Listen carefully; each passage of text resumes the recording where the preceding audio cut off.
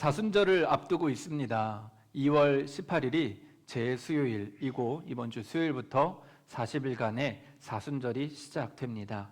그래서 사순절을 준비하면서 오늘 하나님께서 우리에게 주신 말씀은 마가복음 말씀입니다.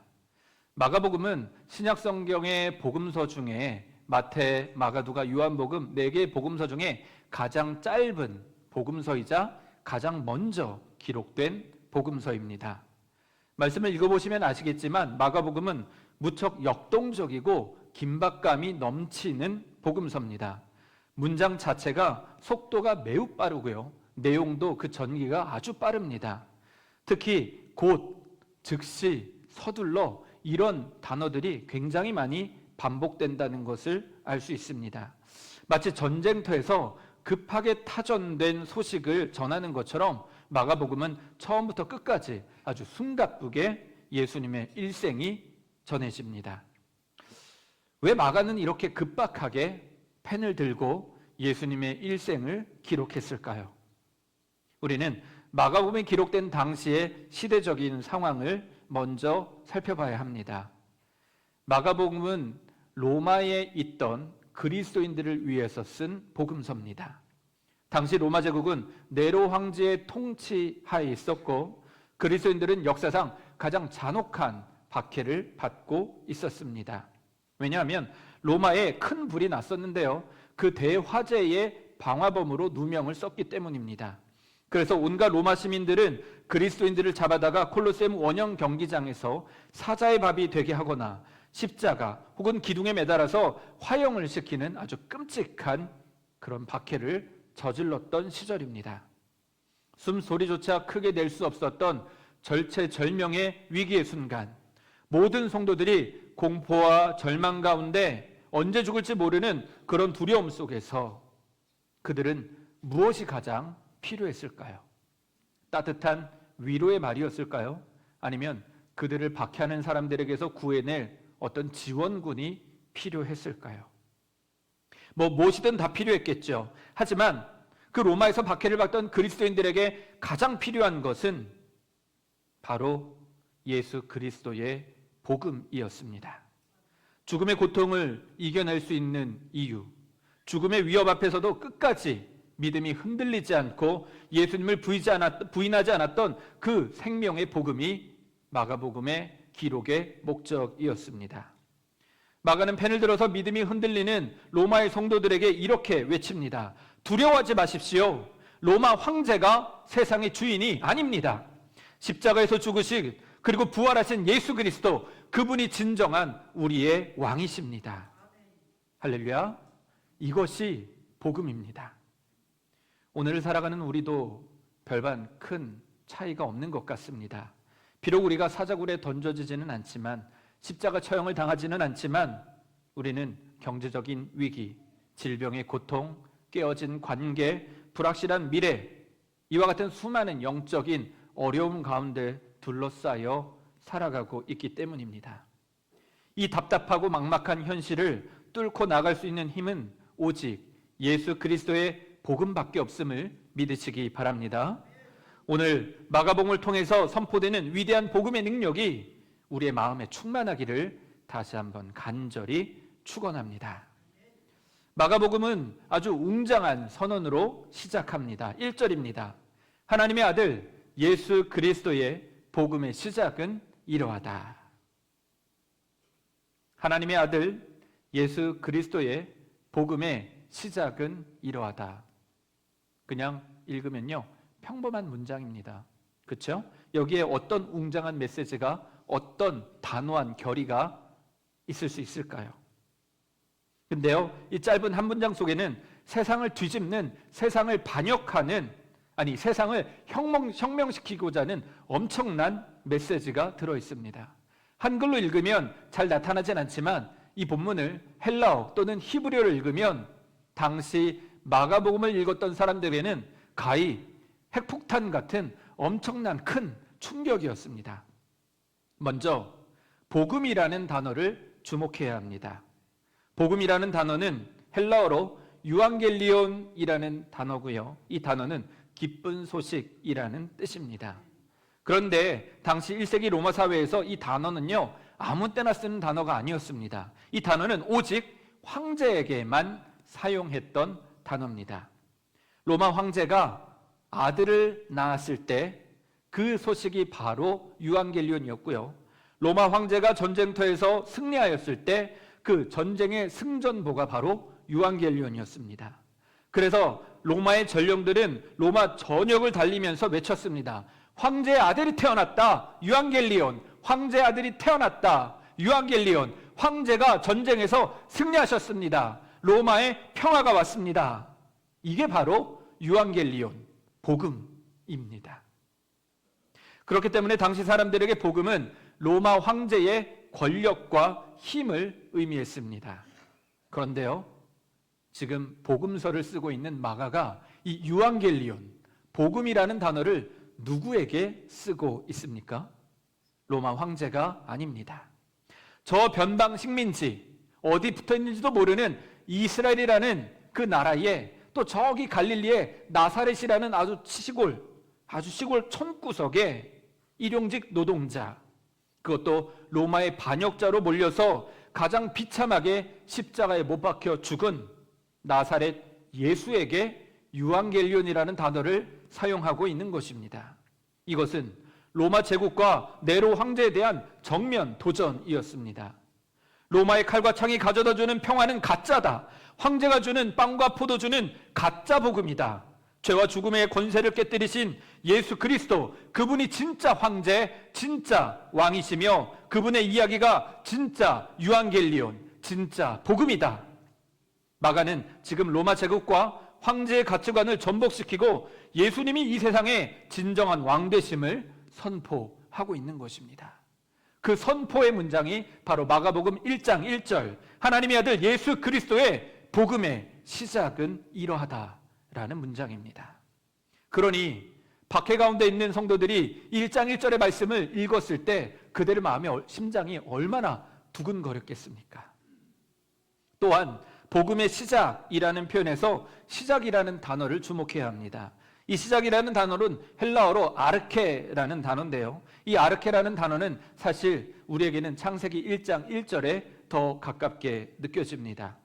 이 아르케라는 단어는 단순히 시간적 순서의 첫 번째를 말하는 것이 아니라 기원, 근원, 원리를 말하는데요, 창세기 1장 1절에 태초에 하나님이 천지를 창조하시니라 라고 했을 때 이 태초라는 단어가 히브리어로 베레시트라고 합니다. 이 베레시트라는 단어를 헬라어로 번역하면 아르케가 되는 것입니다.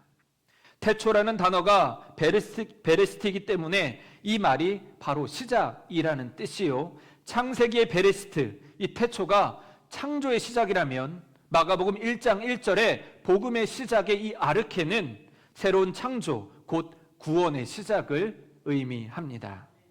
예수님의 오심으로 말미암아 죄로 인해 엉망이 된 세상의 질서가 끝이 나고 하나님이 통치하시는, 예수님이 다스리시는 새로운 나라가 시작되었다는 것이 바로 마가복음 1장 1절의 아르케의 은혜입니다.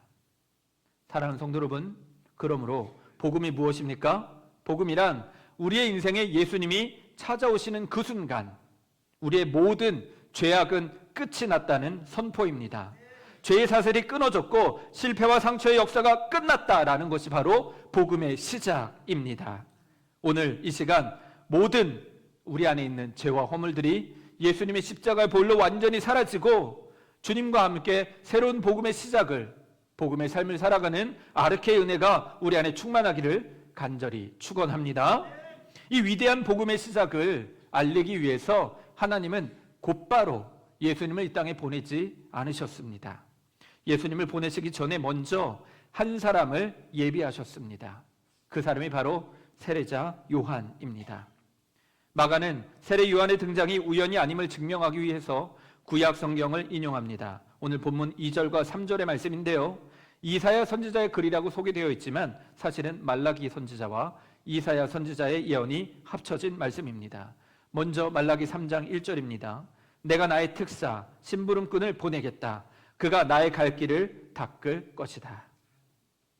구약의 마지막 선지자인 말라기 선지자 이후에 이 세례 요한이 오기 전까지 약 400년 동안 이스라엘에는 그 어떤 선지자도 그 어떤 하나님의 말씀도 들리지 않았습니다. 이스라엘 백성들은 나라를 잃고 타국에서 지내면서 하나님이 우리를 버리신 것 같고 우리 민족은 이제 끝이 났다라고 생각했겠지만, 그런데 그 400년의 침묵을 깨고 하나님이 약속하신 그 심부름꾼 세례 요한이 나타난 것입니다. 그리고 이어서 마가는 이사야 40장 3절 말씀을 인용합니다. 한 소리가 외친다. 광야에서 주님께서 오실 길을 닦아라. 사막에 우리의 하나님께서 오실 큰 길을 곧게 내어라. 이사야 40장 말씀은요, 바벨론 포로로 잡혀가 고통받는 이스라엘 백성들에게 회복을 예언하는 말씀입니다. 하나님께서 왕으로 임하시는데 왕이 오실 길을 닦으라는 것입니다. 고대 사회에서는요, 왕이 행차할 때는 왕보다 앞서서 사람들이 왕이 지나가는 길을 평평하게 만드는 작업을 했습니다.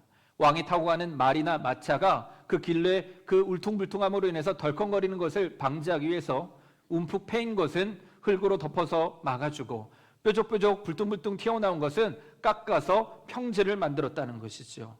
이것을 대로를 닦는다라는 표현으로 설명합니다. 세례 요한의 사명이 바로 이런 것이었습니다. 만왕의 왕이신 예수님께서 오시는데 사람들의 마음속에 있는 모든 우상 숭배의 산을 깎아내고 교만의 웅덩이를 겸손으로 덮고 절망의 골짜기를 메워서 예수님께서 들어오실 마음의 길을 닦는 것, 그것이 바로 세례 요한의 사명이었습니다. 세례 요한의 모습은 예사롭지 않았습니다. 6절을 보면 낙타털옷을 입고 허리에 가죽띠를 띠고 메뚜기와 들꿀을 먹었다라고 설명하고 있습니다. 이 모습을 본 유대인들은 단번에 구약의 인물을 떠올릴 수 있었습니다. 그가 누굽니까? 바로 엘리야 선지자입니다. 열왕기하 1장 7절 8절입니다. 왕이 그들에게 물었다. 너희들을 만나서 그러한 말을 한 그 사람이 어떻게 생겼더냐? 그들이 왕에게 대답하였다. 털이 많고 허리에는 가죽띠를 띠고 있었습니다. 그러자 왕은 그는 분명히 디셉 사람 엘리야다 하고 외쳤다. 말라기 4장 5절은 이렇게 예언합니다. 주의 크고 두려운 날이 이르기 전에 내가 너희에게 엘리야 예언자를 보내겠다. 즉 세례 요한의 등장은 구약의 모든 예언이 성취되었음을 알리는 신호탄이었습니다. 마가복음을 읽는 모든 성도들에게는 예수님, 그러니까 그리스도 메시아가 오기 전에 반드시 구약 선지자들의 말씀에 따라서 엘리야가 먼저 와야 하는데 그 엘리야가 누구냐? 바로 세례 요한이라는 것이지요. 그러므로 세례 요한의 등장은 무엇을 의미하느냐? 세례 요한이 왔으니까 이제 누가 온다고요? 그리스도 메시아가 온다는 복음의 시작이 된 것입니다. 그러므로 세례 요한은 구약과 신약을 연결하는 다리이자 복음의 문을 여는 문지기였습니다. 이제 세례 요한은 구체적으로 어떻게 주님의 길을 예비했겠습니까? 오늘 본문 4절입니다. 죄를 용서받게 하는 회개의 세례를 선포하였다. 복음서를 읽다 보면요, 갑자기 세례라는 단어가 등장합니다. 창세기부터 말라기까지 구약 성경을 읽을 때는요, 세례라는 단어가 등장하지 않습니다. 그런데 신약 성경에 들어오면 갑자기 느닷없이 세례라는 의식이 등장하는 것입니다. 물론 구약 성경에 세례를 연상케 하는 장면이 있긴 있습니다. 시리아 군대 장관 나아만이 엘리사 선지자의 말을 듣고 요단강에 몸을 7번 담갔을 때 그의 몸에 있던 악성 피부병이 완전히 깨끗하게 낫는 기적이 일어납니다. 하지만 그건 세례 요한이 베푸는 물세례와는 조금 느낌이나 의미가 다릅니다. 레위기를 보면요, 세례와 비슷한 예식이 있긴 있습니다. 미크바라고 하는 정결 예식입니다. 율법에 따르면 시체와의 접촉, 피부병, 유출병 등으로 인해서 발생한 부정함을 씻기 위해서 이스라엘 백성들은 물로 몸을 씻곤 했습니다. 특히 이방인들이 유대교로 개정할 때도 부정한 것을 만졌을 때도 몸을 물에 씻는 의식이 있었습니다. 하지만 세례 요한의 세례와는 성격이 완전히 다릅니다. 이 미크바는 오직 유대인들을 위해서 부정한 것이 정결하게 되는 그런 의식입니다. 그리고 이 미크바는 매일매일 행해야 했습니다. 하지만 세례 요한이 베푸는 물세례는 이방인들까지도 받을 수 있는 물세례요, 특히 스스로 죄가 없다고 여겼던 유대인들에게도 선포되었던 회개의 물세례입니다. 마태복음 3장 9절 10절입니다. 너희가 하나님의 아브라함의 자손이라고 안심하지 마라. 도끼가 이미 나무 뿌리에 놓였다. 회개하지 않으면 찍어 불에 던져질 것이다. 세례 요한이 베푸는 물세례는 정결케 하는 세례가 아니라 죄사함을 얻게 하는 죄사함의 세례였고, 그리고 이건 매일 반복하는 의식이 아니라 일회적인 의식이었습니다. 회개라는 단어는 헬라어로 메타노이아라고 합니다. 메타라는 단어는 바꾸다라는 뜻이고, 노이아는 마음, 생각이라는 뜻입니다. 그러니까 메타노이아는 생각이 바뀌다, 마음이 바뀌다, 가치관의 정복, 방향의 전환을 의미합니다. 이전까지는 세상을 향해 살았더라면 이제는 우리가 하나님을 향해, 예수님을 향해 돌이켜서 주님께로 나아가는 삶을 살아야 한다라는 것이 바로 회개의 결단이요, 물세례는 내가 회개하였다, 하나님께로 방향을 돌렸다, 예수님께로 방향을 돌렸다라는 의미입니다. 구약 선지자 이사야는 1장 16절에 이렇게 외쳤습니다. 너희는 씻어라, 스스로 정결하게 하여라, 내가 보는 앞에서 너희의 악한 행실을 버려라. 세례 요한의 물세례는 바로 이 이사야의 외침을 광야에서 재현한 것입니다. 사람들은 세례 요한의 권위 있는 말씀에 압도되었고, 온 유대 지방과 예루살렘 사람들이 그에게 나아가서 자기 죄를 자복하며 요단강에서 세례를 받았습니다. 말 그대로 이스라엘의 영적인 대각성과 부흥이 일어난 것입니다. 하지만 세례 요한은 자신의 한계를 분명히 알고 있었습니다. 사람들이 자기에게 몰려올 때마다 그는 결코 교만하지 않았습니다. 7절입니다. 나보다 더 능력 있는 이가 내 뒤에 오십니다. 나는 몸을 굽혀서 그의 신발끈을 풀 자격조차 없습니다. 당시 유대 사회에서요, 랍비의 제자들은 자기 스승인 랍비의 모든 수발을 들었습니다. 손 씻을 물을 갖다 주거나 발 씻을 물을 갖다 주거나 음식을 차려주거나 이부자리를 봐드리거나 이런 허드렛 일을 다 해드리곤 했는데, 그 제자들이 딱 한 가지 하지 않은 일이 있습니다. 그게 무엇이냐면 스승님의 랍비의 신발끈을 풀지 않는 일이었습니다. 왜냐하면요, 당시에 신발끈을 푸는 일은 그 사회에서 가장 미천하고 천한 그런 노예들이 하는 일이었기 때문입니다. 하지만 세례 요한은 오히려 나는 예수님의 제자도 아닙니다, 나는 그분의 노예 중에서도 가장 비천한 노예만도 못한 존재입니다 라고 스스로를 낮추며 예수님만을 높였던 것입니다. 이러한 겸손, 이러한 자기 부인이 하나님의 자녀들, 복음의 시작을 이루는 주의 백성들이 가져야 할 마음의 자세입니다. 그러므로 우리가 복음을 받고 복음을 따라 살아갈 때는 이런 겸손한 마음이 반드시 우리 안에 있어야 함을 기억하시기 바랍니다. 그리고 오늘 본문 가운데 가장 중요한 말씀 8절입니다. 나는 여러분에게 물로 세례를 주었지만 그는 여러분에게 성령으로 세례를 주실 것입니다. 이 말씀을 읽고 또 읽고 묵상하는데 갑자기 이런 생각이 들었습니다. 양해하고 들어주시기 바랍니다. 누가 성령 세례를 달라고 했나? 그렇죠? 마가복음을 읽어보면요, 그리고 그 전의 말씀들을 읽어보시면요 아시겠지만 그 어떤 사람도 하나님께 성령으로 세례를 달라고 기도한 사람이 없습니다. 성령으로 세례를 달라고 간구한 사람이 없다는 것입니다. 그런데 세례 요한은 그분이 오시면, 예수님이 오시면 성령으로 세례를 주실 것입니다 라고 소개하고 선포하고 있는 것입니다. 당시 마가복음을 읽던 사람들이나 그리스도 메시아를 기다리는 사람들은 하나님께 무엇을 바랬을까요? 배고픈 사람들은 빵과 포도주를 원했을 것이고, 억압받고 있는 사람들은 자유와 해방을 원했을 것입니다. 나라의 독립을 바라는 사람들은 로마가 물러나는 것을 간절히 바랬을 것입니다. 하지만 예수님께서 오시면 예수님께서 그들에게 주시는 것은 이스라엘의 독립이나 빵이나 포도주, 부와 권력, 자유와 해방이 아니라 오히려 그들이 원하는 것이 아닌 성령으로 세례를 주시겠다는 것이 하나님의 뜻이었다는 것이죠. 마치 어린아이에게 예방주사를 맞게 하는 것과 같습니다. 2살, 3살, 4살 이런 어린아이들은 자기가 왜 예방주사를 맞아야 되는지 알지 못합니다. 어린이 병원, 소아과 병원 가시면요, 정말 난리도 아닙니다. 그 주사를 맞지 않기 위해서 엄마 팔을 꼭 붙잡고 아빠 팔을 꼭 붙잡고 정말 누가 죽은 것 마냥 대성통곡을 합니다. 그런데 주사바늘을 찌르지도 않았는데 아프다고 난리를 치죠. 자기가 그 주사를 왜 맞아야 되는지 아무도 설명해 주지 않고 그냥 영문 없이 그 주사를 맞는 것입니다. 우리도 마찬가지입니다. 우리도 예방주사가 왜 필요한지 알지 못하지만 의사가 맞으라고 하니까 맞지요. 왜입니까? 건강을 위해서입니다. 죽을 수도 있기 때문입니다. 만약에 우리가 성령 세례를 받지 않는다면 우리의 인생은 어떻게 되겠습니까?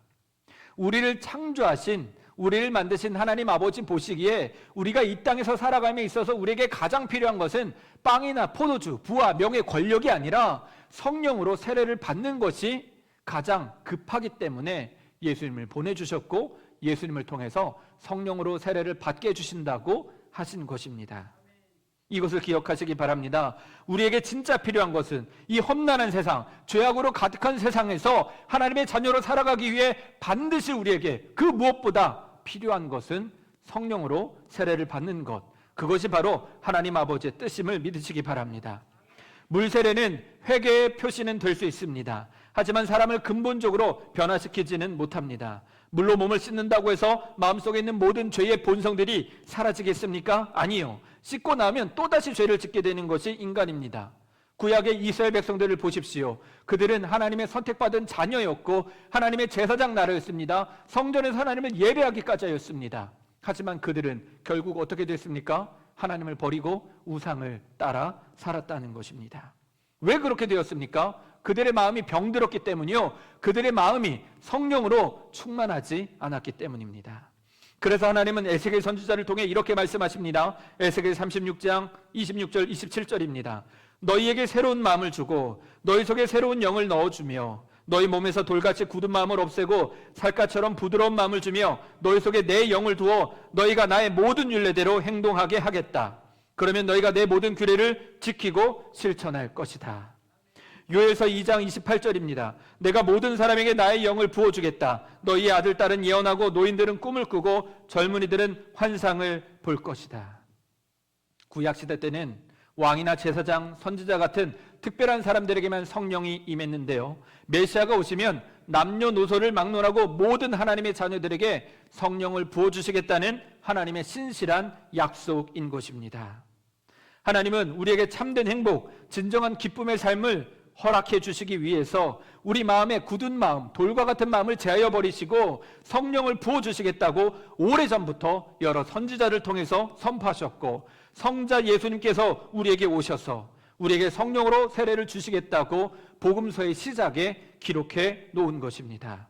그러므로 사랑하는 성도 여러분, 우리가 사순절을 살아가면서 간절히 바라야 될 것은 부와 명예와 권력과 물질이 아니라 성령의 세례임을 믿으시기 바랍니다.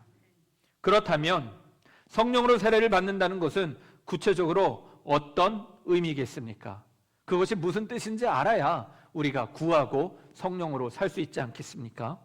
한 가지 비유를 설명해 드리겠습니다. 화면에 보시면 깨끗한 장갑이 하나가 놓여 있습니다. 정말 깨끗한 새 장갑입니다. 이 장갑에게 책을 집어봐라, 피아노를 연주해봐라 라고 명령하면 장갑이 어떻게 하겠습니까?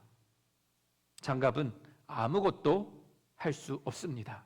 아무리 깨끗한 장갑이라 할지라도 움직일 수 없습니다. 왜냐하면 장갑은 장갑일 뿐이기 때문입니다. 그러면 저 장갑이 움직이게 하려면 어떻게 하겠습니까? 누군가가 저 장갑을 껴야 합니다. 저 장갑 안에 손이 들어가면 그때부터 저 장갑은 책을 집을 수도 있고 피아노도 연주할 수 있습니다. 그리고 사람들과 악수도 할 수 있습니다. 우리가 바로 이런 장갑과 같은 존재라는 것입니다. 우리가 물세례를 받아서 아무리 깨끗한 장갑이 되었다 한들 우리는 우리의 힘으로는 하나님의 말씀을 지킬 수도 실천할 수도 없는 연약한 존재입니다. 물론 억지로 의지를 가지고 하루 이틀 열흘 살 수는 있겠지요. 하지만 우리의 힘으로, 나의 힘으로 하나님의 말씀을 따라 살아가려고 한다면 금방 지치거나 실수하고 넘어지게 될 것입니다. 하지만 예수님이 보내주시는 성령님께서 우리 안에, 장갑과 같은 우리 안에 마치 사람의 손이 들어오는 것처럼 우리 안에 들어오면 성령께서 우리에게 능력을 주셔서 우리는 원수도 사랑할 수 있고 박해하는 자를 위해서 기도할 수도 있으며 때를 얻든지 못 얻든지 하나님의 말씀을 따라 선한 행실을 살며 살아갈 수 있다는 것입니다. 도저히 사랑할 수 없는 원수를 우리가 마음을 다해서 사랑으로 섬기게 되고 죄에서 자유하게 되고 두려움 없이 복음을 전할 수 있는 삶, 그것이 바로 성령 세례를 받은 하나님의 자녀들이 누리는 복된 삶이라는 것을 믿으시기 바랍니다. 성령이 우리 안에 임하시면 우리는 그때서야 하나님의 뜻을 이룰 수 있다는 것입니다. 마가복음은 이렇게 선포합니다. 복음의 시작은 예수 그리스도이시다. 그 시작은 물 세례를 넘어 성령으로 나아가는 삶이라는 것을 기억하시기 바랍니다. 물 세례만 머물지 마시고 성령 세례로 나아가는 우리 모두가 되기를 간절히 소망합니다. 오늘 마가복음은 분명히 이렇게 이야기하고 있습니다. 예수님이 우리에게 성령으로 세례를 주시기 위해서 우리에게 오셨다는 것입니다. 우리에게 물질을 주기 위해서, 우리에게 어떤 세상의 좋은 것들을 주시기 위해서가 아니라 예수님이 오신 가장 직접적인, 가장 중요한 이유는 우리에게 성령으로 세례를 주시기 위함입니다.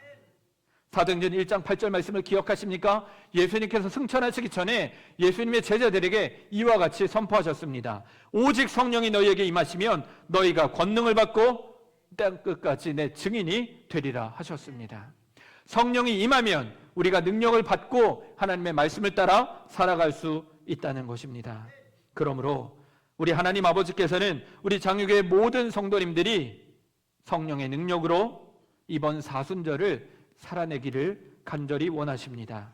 우리의 마음이 성령으로 부드러워지기를 원하십니다. 이 말씀을 믿으시기 바랍니다. 그러므로 사순절 기간에 우리 모두가 이렇게 기도했으면 좋겠습니다. 주님, 물 세례를 넘어 성령의 충만함을 부어주시옵소서. 내 의지가 아니라 성령 세례를 받아 성령의 능력으로 사는 복음의 시작의 은혜가 우리 삶에 가득하게 하여 주시옵소서. 그러므로 바라기는 다시 한번 권면의 말씀을 드립니다. 이번 사순절 특별 새벽 기도회에 많이 신청해 주시기 바랍니다. 그래서 그냥 따뜻한 봄날을 보내는 것 아니라 주님과 함께 동행하며 성령의 세례를 받아 성령의 능력으로 봄날을, 또 2026년을 살아가는 우리 장유교의 모든 성도님들이 되시기를, 그러한 복음의 시작의 은혜, 아르케의 은혜가 여러분 안에 충만하시기를 간절히 축원합니다. 기도하겠습니다.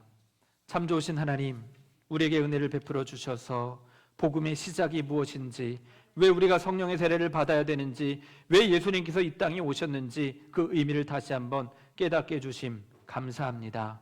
하나님, 우리에게 성령의 세례를 부어주셔서 성령의 능력, 복음의 능력으로 살아가는 장유의 모든 성도님들, 복된 인생들 되게 하여 주시옵소서. 감사하며 예수님의 이름으로 축복하며 기도합니다. 아멘.